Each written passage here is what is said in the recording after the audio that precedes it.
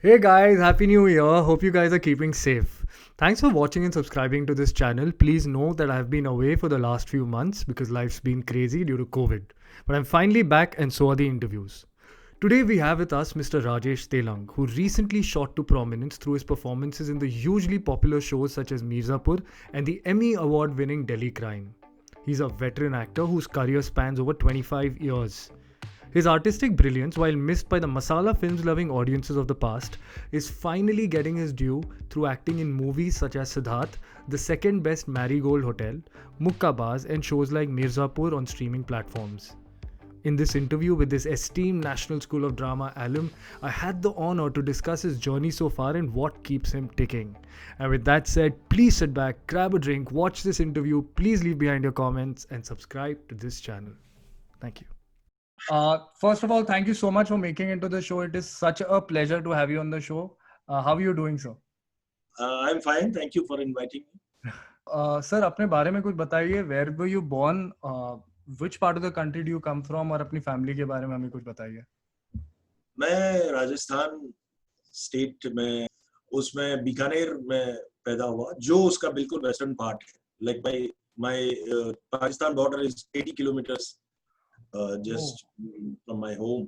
अच्छा. तो मैं ऐसे इलाके में पैदा हुआ बीकानेर में, जो पूरा डेजर्ट है, प्योर डेजर्ट है, और डेजर्ट की अपनी खूबसूरती है. जी. हरियाली कम है, लेकिन उसमें और कल्चर का रंग बहुत ज्यादा है. अच्छा. और लोग भी बड़ा खूबसूरत हैं.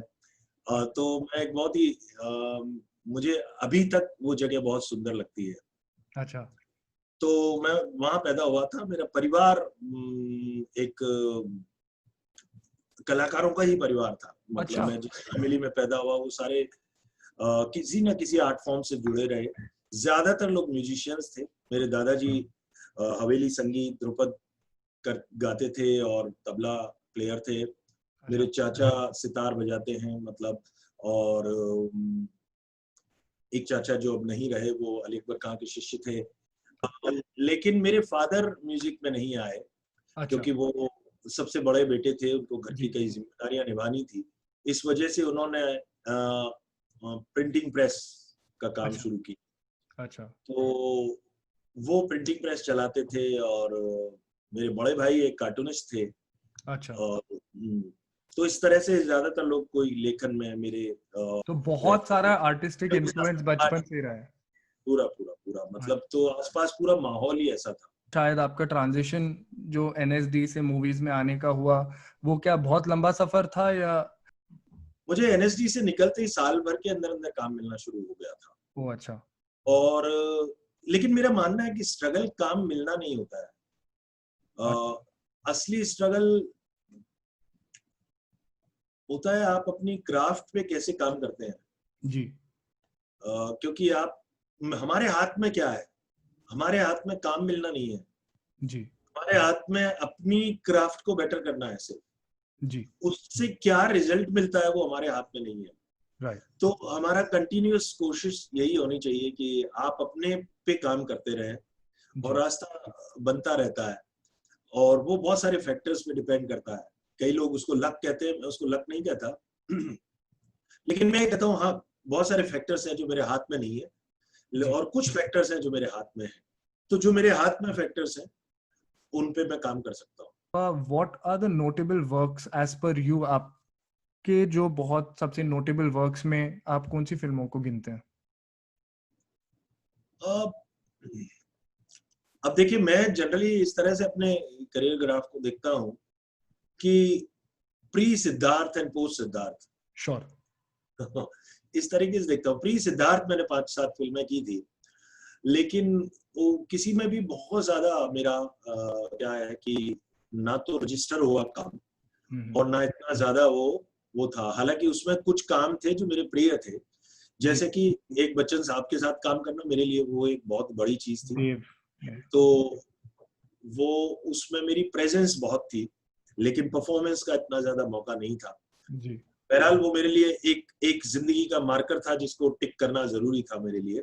अमिताभ जो बच्चन. हाँ, अब मैं उसके बाद शांति से मौत की नींद सो सकता हूँ. तो और पोस्ट सिद्धार्थ को बिल्कुल ही अलग जगह देता हूँ. इसलिए उसको इस गिनती में ही नहीं डाल रहा हूँ। लेकिन पोस्ट सिद्धार्थ भी मेरे ख्याल से ऐसे तो हर काम ही आपको अच्छा लगता है, हर काम से आपको सीखने को मिलता है, कुछ ना कुछ हासिल होता है। लेकिन the second best exotic marigold hotel, जो बहुत कम लोग जिक्र करते हैं और वो जितना चल नहीं पाया, इतने बड़े कलाकारों के साथ काम करने का मौका मिला मुझे, Judi Dench, Maggie Smith, Celia Imrie, Richard Gere, तो उसमें बहुत कुछ सीखने को मिला। उसमें मेरा कैरेक्टर भी बहुत ही इंटरेस्टिंग था और महत्वपूर्ण कैरेक्टर था फिल्म का। फिर वेब सीरीज का एक अलग अपना, फिल्मों के अलावा देखे तो वेब सीरीज है, right, Mirzapur, daily crime, selection day. और इसी तरह एक फिल्म का और नाम लेना चाहूंगा, मुक्काबाज, अनुराग कश्यप की। जी। इसने भी मुझे थोड़ा सा लोगों में रजिस्टर करवाया जी, एक तरह से। और फिर अगर वेब सीरीज की बात करें तो सभी अच्छी थी, लेकिन मेरे ख्याल से मुझे सिलेक्शन डे का मैं जिक्र करना चाहूंगा, क्योंकि वो एक ऐसा कैरेक्टर है जो मेरे से बिल्कुल अलग है। अच्छा, एक्टर के तौर पे आप सारे ही कैरेक्टर करते हैं, लेकिन वो एक कैरेक्टर है जिसको करते हुए मुझे बड़ा मजा आया और बहुत ही, क्या कहते हैं, एक इंटरेस्टिंग कैरेक्टर था। अच्छा, तो अभी मैं एक्चुअली आप ही से सुनना चाहता था कि आपके हिसाब से आपकी नोटेबल फिल्म्स कौन सी हैं, क्योंकि सबका एक सब्जेक्टिव चॉइस होता है। तो सिद्धार्थ मूवी जो रिची मेहता के साथ आपका एक कोलैबोरेशन रहा है, आई थिंक 2-3 प्रोजेक्ट्स में आपने उनके साथ काम किया था, आई थिंक एक बहुत ही ज़रूरी फिल्म है वो लोगों को देखना। उसके बारे में आप कुछ शेयर करना चाहेंगे, बिकॉज आई थिंक वो आपके करियर का एक बहुत ही पिविटल मूवी रही है, एक पिविटल काम रहा है। बिल्कुल बिल्कुल बिल्कुल, क्योंकि उससे 5 साल पहले मैं काम सारा छोड़ चुका था। अच्छा, मैंने कैमरा के लिए काम करना बंद कर दिया था, क्योंकि मुझे कोई अच्छे कैरेक्टर्स मिल नहीं रहे थे, और 2 सीन 4 सीन 2 सीन 4 सीन अच्छा करने का कोई फायदा नहीं था। तो मैंने दोबारा से जोर शोर से थिएटर शुरू किया। अच्छा। और जो उसके साथ मुझे पूरी दुनिया में घूमने का मौका मिला, अलग अलग फेस्टिवल्स में जाने का मौका मिला, और साथ ही साथ मैंने NSD और कुछ और इंस्टीट्यूट्स में पढ़ाना शुरू किया उस दौरान। अच्छा, तो मैंने अपने आप को और कामों में बिजी कर लिया और अपने आप को एक नए सिरे से इवॉल्व करने की कोशिश की फिर से। अच्छा। और सिनेमा का काम, कैमरा का काम मैंने बिल्कुल बंद कर दिया, क्योंकि मुझे अच्छा, वो छोटे रोल करने नहीं थे। छोटे रोल से मेरा मतलब नहीं है, मेरा मतलब इनसिग्निफिकेंट रोल, डॉक्टर, लॉयर, क्या करके पीछे खड़ा होकर क्या करना है, गिनती नहीं बढ़ानी थी। तो ऐसे में जब रिची मेरे पास आए इस फिल्म का आइडिया लेके, और मुझे कहा कि ये मैं चाहता हूँ कि ये लीड रोल तुम करो, तो मुझे लगा कि ये this is the time to come back and फिर से अपने आप को करें। तो वो एक फिल्म ने मुझे अब एक एक्टर के तौर पे री इन्वेंट किया है, मैंने अपने आप को भी री इन्वेंट किया उसमें। जी, और मैं आपको रिक्वेस्ट करना चाहूँगा कि अगर आप ही अपने शब्दों में उस स्टोरी का एक सिनॉप्सिस दे दें, और आपने उस कैरेक्टर के लिए कैसे प्रिपेयर किया। मेरे को बैक स्टोरी पता है, बट हमारे व्यूअर्स के लिए एक बहुत ही इंटरेस्टिंग स्टोरी होगी वो। एक कहानी बहुत ही सिंपल है। एक दिल्ली का एक लेबर है, डेली वेजर है, जो जिपर फिक्सर है, मतलब चेन ठीक करने वाले दिल्ली में घूमते हैं, जो बैग का, फ्रॉक का, पैंट की जिप और ये जो भी जिप होती है वो ठीक करते हैं या रिप्लेस करते हैं। ऐसा छोटा सा काम करता है वो, और उसका बेटा 12 साल का बेटा है जो खो जाता है, और उसकी तलाश में वो भटकता है। तो बेसिक तो स्टोरी लाइन ये है, लेकिन अब इसके पीछे क्वेश्चंस बहुत सारे पैदा होते हैं उसमें कि वो बेटे को क्यों भेजता है जी, क्योंकि इस क्लास में ऐसा होता है कि एक बेटा मतलब वन मोर हैंड टू आना, तो वो तो बच्चों का मतलब एक कमाई का और जरिया होता है जी, और उनके पास कोई है नहीं, अपनी कमाई किसी तरह से बढ़ा नहीं सकते। तो ये है, और बच्चे को भी ढूंढना है, फिर भी मजबूरी है, सर्वाइवल करना है, तो उसको काम भी करते रहना है। तो इस तरह के बहुत सारे क्वेश्चंस को वो फिल्म उठाती है, चाइल्ड लेबर के क्वेश्चंस को उठाती है।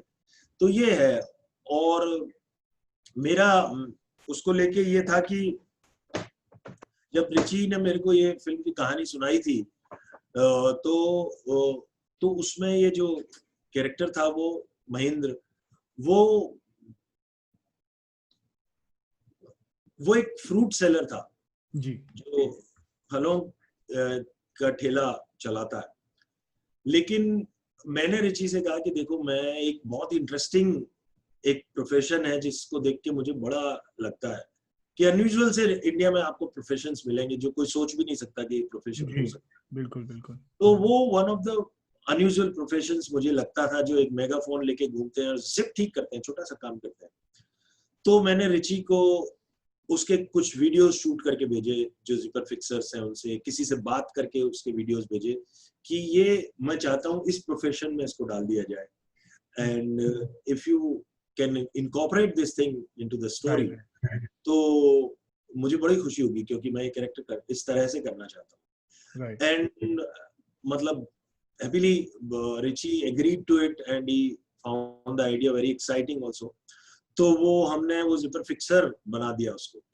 अच्छा। और तो मैं वो एक कादिर भाई हैं जो अभी भी मुझे मिलते रहते हैं, वो लक्ष्मी नगर की गलियों में जिपर फिक्सर का काम करते हैं और घूमते रहते हैं। तो उनको मैंने उनके साथ रहा, मैंने उनको असिस्ट किया 3-4 दिन। अच्छा। गलियों में घूमा, उनका असिस्टेंट बन का बैग उठा के, और उनके जीवन को समझने की कोशिश की, उनको नकल करने की कोशिश नहीं की, उनके सुख दुख को समझने की कोशिश की, उनके मेंटल फैब्रिक को पकड़ने की कोशिश की। तो इस तरह से काम किया। Very interesting. और आपने और एक चीज बताई थी आपके एक इंटरव्यू में कि ये एक लग्जरी होती है उस क्लास के लोगों के लिए अपने इमोशंस के बारे में सोचना कि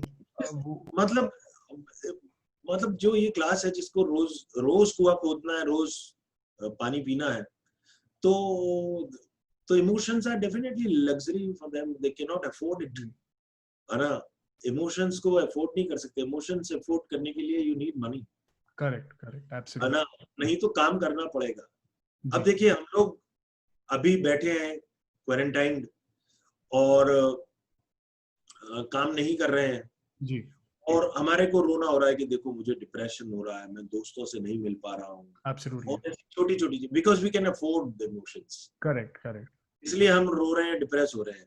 लेकिन जो लेबर क्लास है इंडिया का, जिसको रोज कमाना है और वो नहीं क्वारंटाइन की परवाह कर सकता, अपनी जिंदगी की परवाह नहीं कर सकता, उसको वो निकल चुका है सड़कों पे।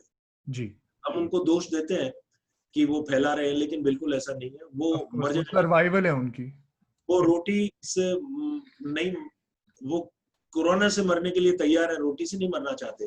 तो वो नहीं अफोर्ड कर सकते डिप्रेशन और ये बातें जो हम दोस्तों से नहीं मिल पा रहा हूँ और ये सारी चीजें, तो दे आर मतलब exactly like that.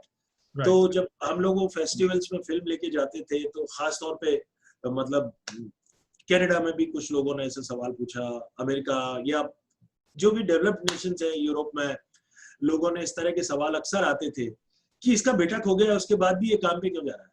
Correct, because वो सोच ही नहीं सकते कि लाइफ ऐसी होती भी है। हाँ, नहीं तो मतलब आप जो लोग ऐसी जगह रह रहे हैं जो अफोर्ड कर सकते हैं, वो तो अगर उनका बेटा खो गया तो उनकी जिंदगी रुक जाएगी, वो काम वाम सब छोड़ देंगे जब तक कि उसके बारे में कोई पक्की खबर ना मिल जाए। तो ये चीज उनको आश्चर्य करती थी, ये काम कैसे, और खास तौर पे इतना फ्रेजाइल है इनका काम। जी जी। इतना मतलब क्या कहना, मैंने वो जो जिपर फिक्सिंग का काम है वो मैंने आधे घंटे में पूरा कुछ सीख लिया। कादिर भाई को जितना काम आता है उतना का उतना काम मैंने आधे घंटे में सीख लिया। वाओ। अब आप समझने की कोशिश कीजिए, मैं ये नहीं कह रहा हूं कि मैंने आधे घंटे में वो काम सीख लिया तो कोई तारीफ की बात, कोई भी आधे घंटे में सीख लेगा। उस व्यक्ति की जिंदगी ऐसे काम पे टिकी हुई है जो स्किल आधे घंटे में सीखी जा सकती है। इतनी कमजोर स्किल पे वो जीवन जी रहा है। Right right. समझ रहे हैं आप?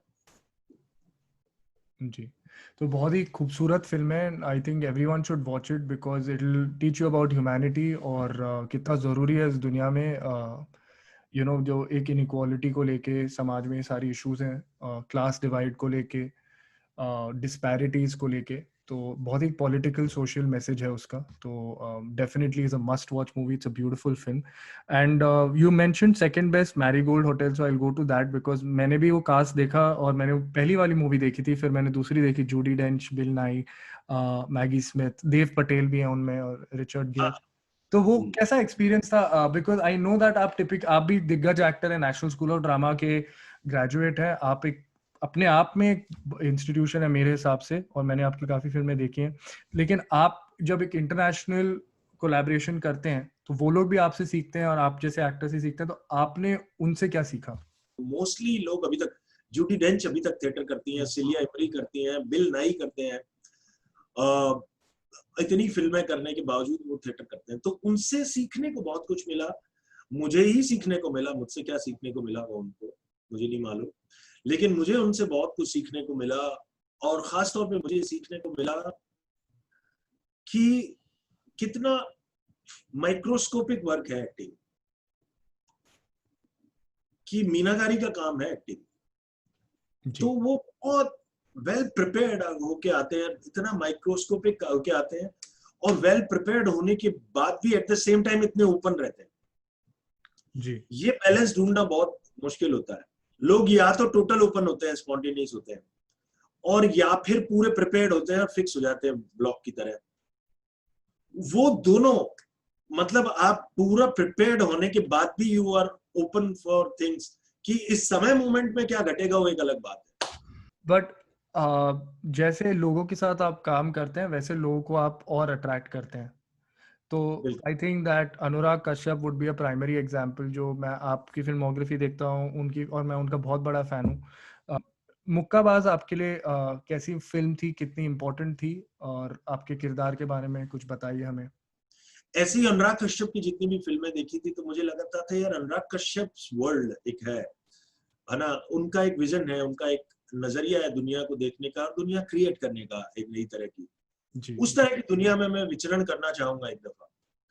और हालांकि अनुराग और हम लोग दोस्त पुराने रहे हैं. अच्छा. एकदम जब स्ट्रगलिंग डेज के रहे हैं हम लोग, बिल्कुल एक ही फ्लोर पे भी रहा करते थे जब वो. अच्छा. अनुराग, हाँ, बॉम्बे में जब जब अनुराग भी काम तलाश रहे थे, मैं भी काम तलाश रहा था. तो मुक्काबाज के लिए मैं ऐसे ही एक दिन गुजर रहा था, तो मुकेश जो कास्टिंग डायरेक्टर है, मुकेश छाबड़ा, तो मैं तो ऐसे ही घुस गया मुकेश के ऑफिस में कि चलो मिल लेता हूँ, चाय पी लेता हूँ. तो मुकेश ने कहा, अरे भैया आप सही आ गए, और ये अनुराग की फिल्म बन रही है यार, एक छोटा सा ऑडिशन कर दो. तो मैंने कहा चल ठीक है, चाय जब तक आ रही है ऑडिशन कराता हूँ. उधर ही ऐसे करके बैठे बैठे. हाँ, नहीं ऊपर जाके किसी दूसरी जगह, लेकिन तुरंत मतलब जो at that time itself, उसी टाइम मैंने कहा जब तक चाय आ रही है ऑडिशन कर. तो ये करके आ गया. फिर एनीवे फिर अनुराग ने कहा कि अरे राजेश का ऑडिशन देखने की क्या जरूरत है, आई नो हिम. एंड तो वो बनी वो. तो मुझे वो मतलब एक था जो मेरी चेकलिस्ट में, और जैसे बच्चे साहब के साथ काम करना वैसे अनुराग के साथ भी काम करने का था. तो वो पूरा हो गया. हालांकि ऐसा नहीं है कि अब मैं बच्चन साहब के साथ दोबारा काम नहीं करना चाहूंगा और अनुराग के साथ नहीं करना चाहूंगा, पूरी हुई है. So I think we'll jump now to something else. इसके बाद I'd like to talk a bit about Delhi crime and Mirzapur. I think ये बहुत ही hugely popular रहे हैं. तो how did Delhi crime happen and what was your experience working in that show? Delhi crime तो मतलब ऐसा था कि ऑब्वियसली रिची मेहता डायरेक्ट कर रहे थे.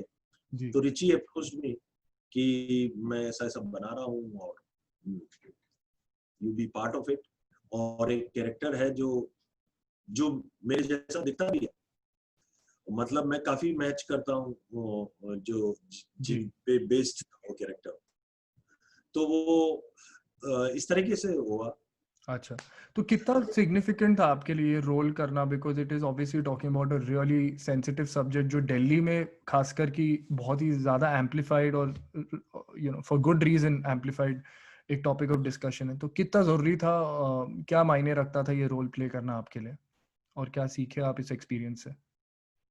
ये बात समझ में आई कि किसी के भी चीज के बारे में बहुत जल्दी ओपिनियन नहीं बना लेना चाहिए जी कि तो पुलिस को जिस तरह से पेंट किया गया था उस दौरान, वैसी पुलिस ने नहीं था। मतलब पुलिस ने बहुत अच्छा काम किया था। हमेशा ही पुलिस खराब हो या गलत हो ऐसा नहीं हो सकता। जी जी तो जी ऐसा बहुत सारे पहलू जानने को मिले, और ऑब्वियसली क्योंकि ये एक ऐसी घटना थी जिसने हम सबको अंदर तक झकझोर के रख दिया था, जी तो वो उससे हम उबर नहीं पाए थे। तो वो सॉर्ट ऑफ कैथार्टिक एक्सपीरियंस भी था, जी लेकिन फिर भी पूरा कैथारसिस भी हो नहीं जाना चाहिए, क्योंकि अब भी गलत हो रहा है बहुत जी जगह, जी और अभी भी हमें उससे उबरना की जरूरत नहीं है, हमें याद रखने की जरूरत है। तो शायद ये एक सीरीज है, वो उस चीज का रिमाइंडर बन के रहेगी हमेशा। जी जी। और उसी से जुड़ी हुई मेरा जो अगला सवाल है मिर्ज़ापुर को लेके। मिर्ज़ापुर फिक्शनल स्टोरी है, तो वो एक्सपीरियंस आपके लिए कैसा था? बिकॉज यहाँ वायलेंस है बट यहाँ एक अलग टाइप का वायलेंस दिखाया गया है। तो ये एक्सपीरियंस आपके लिए कैसा था, ऐसी स्टोरी से जुड़ना? और ये कहानी बहुत ही जो एक्साइटमेंट क्रिएट कर चुकी है, और अभी इसके सीजन 2 के लिए हम लोग रुके हैं। जो मेरा अगला सवाल है कि कब रिलीज हो रही है, अगर आपको पता है तो प्लीज शेयर। तो how was this experience of Mirzapur?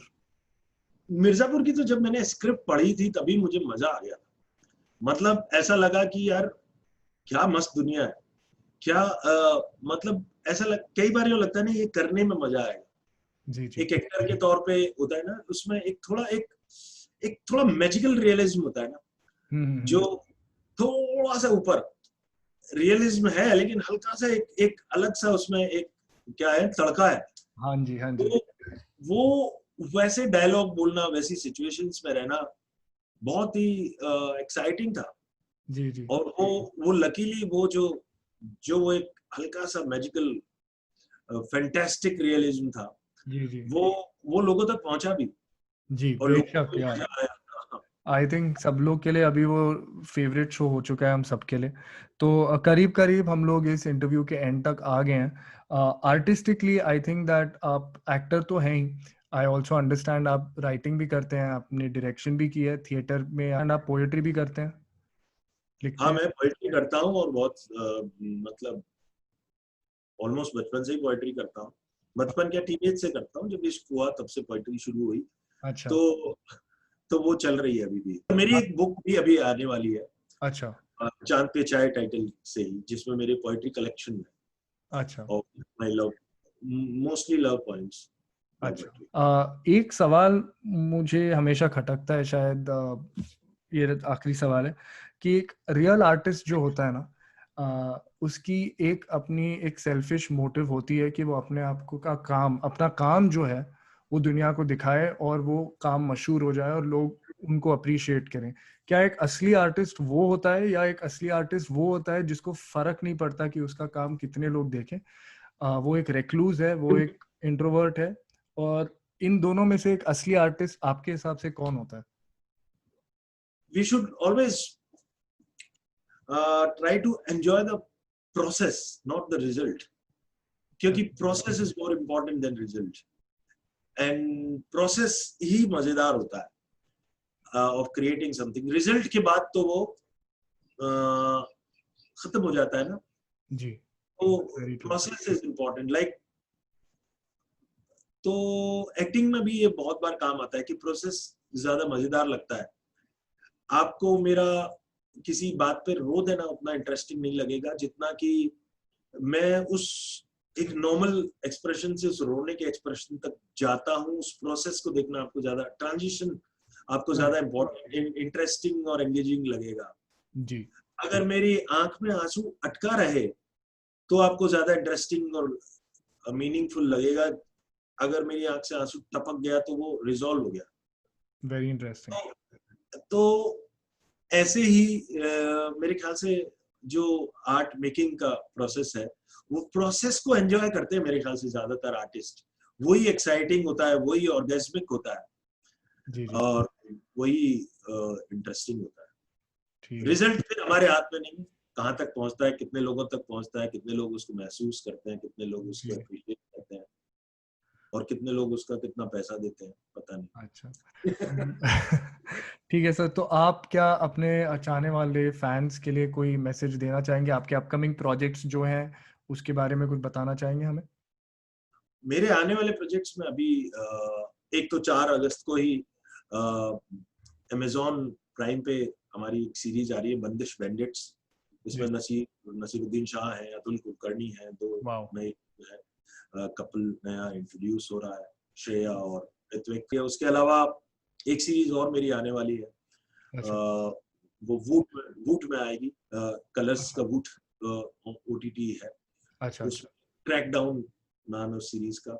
उसके अलावा दिल्ली क्राइम 2, मिर्जापुर 2, और उसके अलावा एक फिल्म है पगलेट। अच्छा, वेरी इंटरेस्टिंग।